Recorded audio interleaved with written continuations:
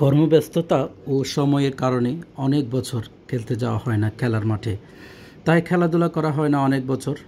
Office কলিগরা হঠাৎ করে সিদ্ধান্ত নিল সবাই মিলে খেলবে, তাই রাজি হয়ে গেলাম। যেই কথা সেই কাজ, খেলার ভেন্যু নির্ধারণ হলো সিকো স্পোর্ট জোন।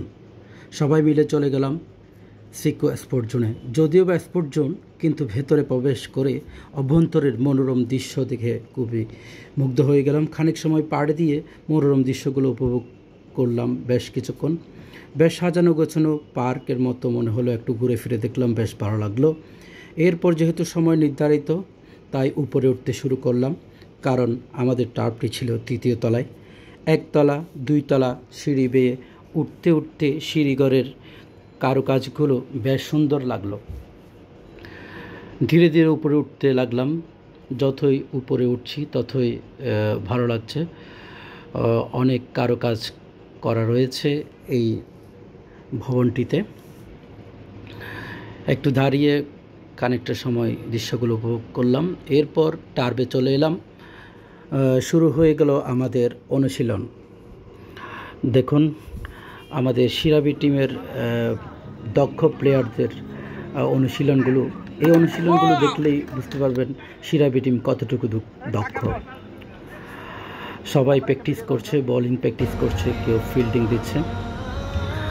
আর আমি এরই ফাঁকেই পুরো টার্ফটি একটু শট নিয়ে নিলাম। বেশ সুন্দর, প্রায় বলতে গেলে আন্তর্জাতিক মানের এই টার্ফটি।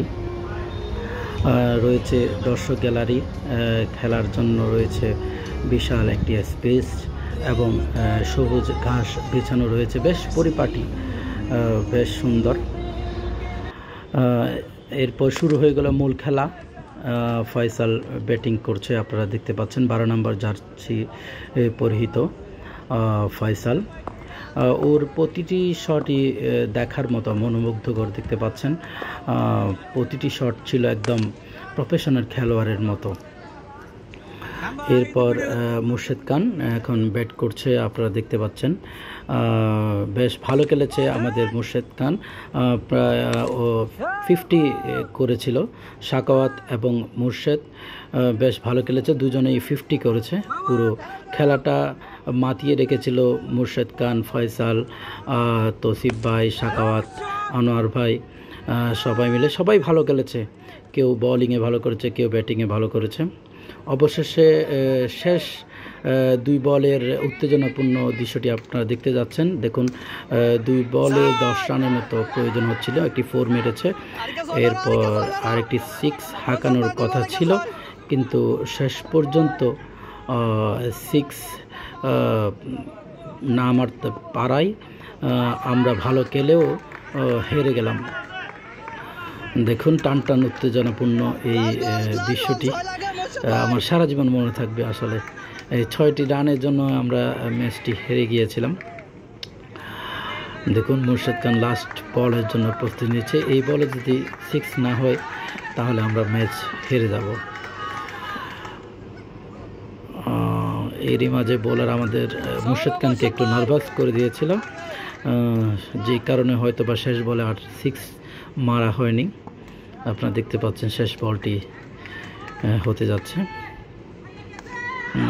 অবশেষে হলো না, আমরা হেরে গেলাম। এরপর পরাজয়ের গ্লানি মুছে ধুয়ে ফেলে ভীষণ খিদা নিয়ে আমরা চলে গেলাম খাবার টেবিলে। খেলার যুদ্ধ শেষ করে আমরা খানার যুদ্ধে মেতে উঠেছি সবাই একসাথে। খানার জন্য রীতিমতো প্রতিযোগিতা শুরু হয়ে গিয়েছিল। পেট পুরে মেজবানকে অবশেষে হাতে পায়ে প্রচণ্ড ব্যথা আর বুক ভরা আনন্দ নিয়ে আমরা দিনটি শেষ করেছি। দেখতে পাচ্ছেন অনেক আনন্দ হয়েছে। মেজবানি খাবার ছিল, বেশ দারুণ লেগেছে। ধন্যবাদ সিরাবি টিমকে সুন্দর একটি খেলা এবং সুন্দর একটি মেজবান উপহার দেওয়ার জন্য। আজকের মতো এই ব্লগ থেকে বিদায় নিচ্ছি। আপনাদের সাথে ইনশাল্লাহ আরও মজার বিষয় নিয়ে অন্য কোনো ব্লগে হাজির হব ইনশাল্লাহ। ধন্যবাদ।